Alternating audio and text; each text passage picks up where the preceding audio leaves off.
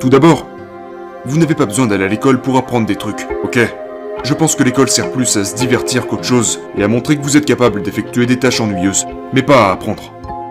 Je pense que ça demande d'être extrêmement tenace et... et ensuite juste travailler comme un malade. Si quelqu'un travaille 50 heures par semaine et que vous travaillez 100 heures, vous abattrez 2 fois plus de travail par an que cette auto-entreprise.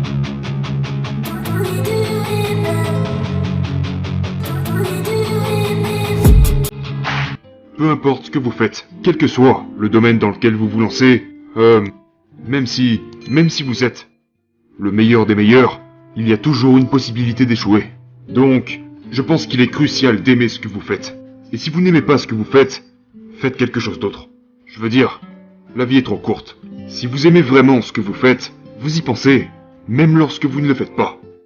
Je veux dire, c'est quelque chose qui attire votre esprit. Mais si vous n'aimez pas ce que vous faites, ça ne pourra pas fonctionner.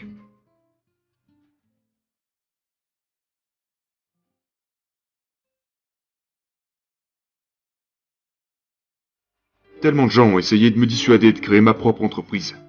Parce que nous nous lançons dans des projets où les probabilités de réussite sont presque nulles. Mais les choses se sont déroulées d'une certaine façon, et, en tout cas jusqu'à présent, nous réussissons.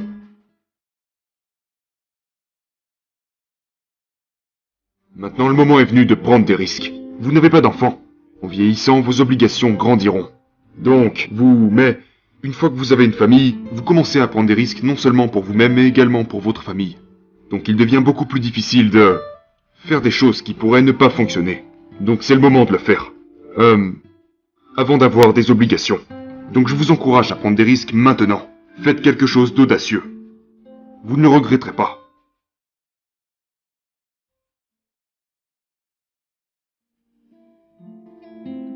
Nous nous concentrons sur le signal plutôt que sur le bruit.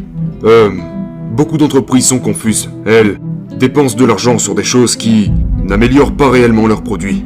Par exemple, chez Tesla, nous n'avons jamais dépensé d'argent en publicité.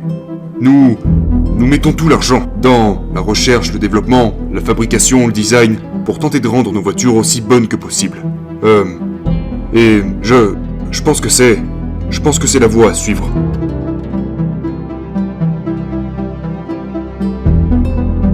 Si vous créez une entreprise ou si vous rejoignez une entreprise, la chose la plus importante est de vous entourer de personnes formidables.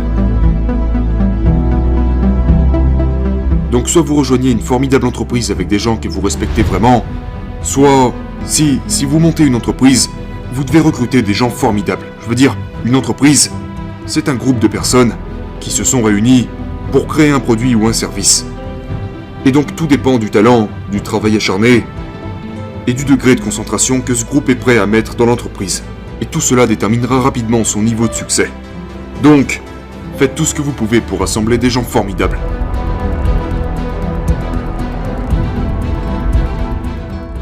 Vous devez vous assurer que toutes les mesures que vous prenez conduisent vers un excellent produit ou service. Il doit être vraiment excellent. Et je reviens à ce que je disais plus tôt, qui est que... si vous êtes une nouvelle entreprise, je veux dire, à moins que vous soyez dans une nouvelle industrie ou un nouveau marché qui serait inexploité, alors, vous avez plus de capacité à... La norme est plus basse pour votre produit ou service. Mais si vous entrez dans quoi que ce soit, et qu'il existe déjà un marché, que vous vous retrouvez contre de grands concurrents déjà bien ancrés, eh bien, votre produit ou votre service doit être bien meilleur que le leur. Il ne doit pas être un peu meilleur. Parce que mettez-vous à la place du consommateur. Il se dira pourquoi j'achèterais ce produit et pas un autre. Les gens préfèrent toujours acheter chez la marque de confiance, à moins qu'il y ait une grande différence. Donc, très souvent, vous savez, les entrepreneurs se contentent de proposer quelque chose qui n'est que légèrement meilleur. Ça ne peut pas être juste un peu mieux. Ça doit être beaucoup mieux.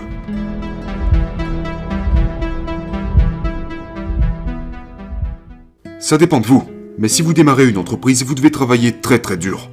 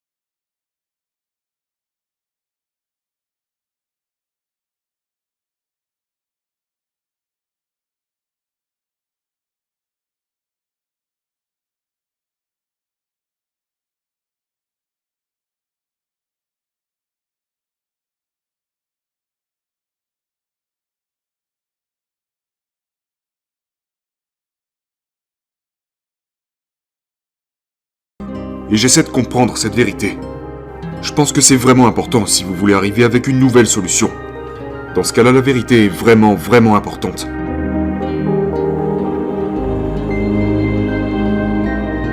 Je ne dirais pas que je n'ai aucune peur. En fait, je pense que j'ai assez peur de l'échec. Mais si le travail que nous faisons a de l'importance, s'il compte réellement, eh bien il faut le faire. Que la peur soit présente ou non.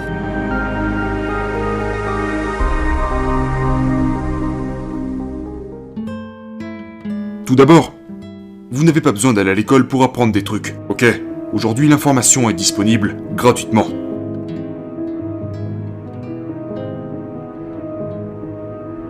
Je pense que l'école sert plus à se divertir qu'autre chose et à montrer que vous êtes capable d'effectuer des tâches ennuyeuses.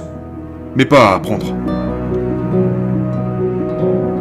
Je pense que l'échec est une mauvaise chose. Je ne pense pas que c'est bien. Mais si quelque chose est suffisamment important, alors il faut le faire, même si le risque d'échec est élevé. Et donc, je pense, mon conseil pour quelqu'un qui voudrait créer son entreprise est de garder à l'esprit que la probabilité la plus élevée est que ça ne fonctionnera pas. Parce que la manière dont se déroule généralement la création d'une entreprise, c'est qu'au début, au tout début de la création, c'est plutôt amusant, puis ça devient rapidement infernal pendant plusieurs années.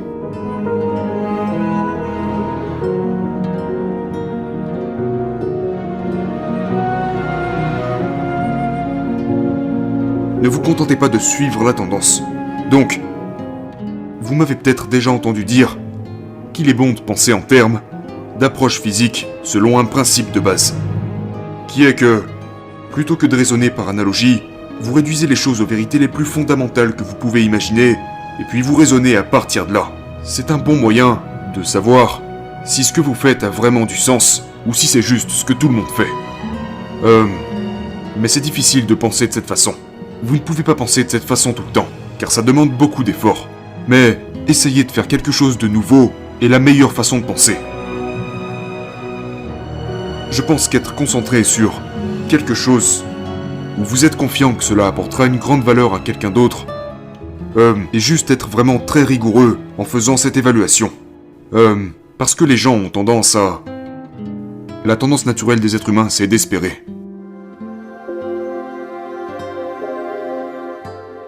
Un challenge pour les entrepreneurs, c'est de dire quelle est la différence entre vraiment croire en vos idées et rester collé à ces idées versus poursuivre un rêve non réaliste, qui n'a en fait pas de mérite.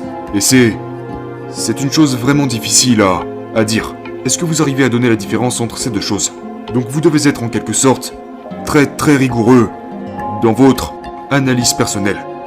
Je pense que ça demande d'être extrêmement tenace et ensuite juste travailler comme un malade. Je veux dire, vous devez juste travailler, vous savez, 80 heures, entre 80 et 100 heures par semaine, chaque semaine.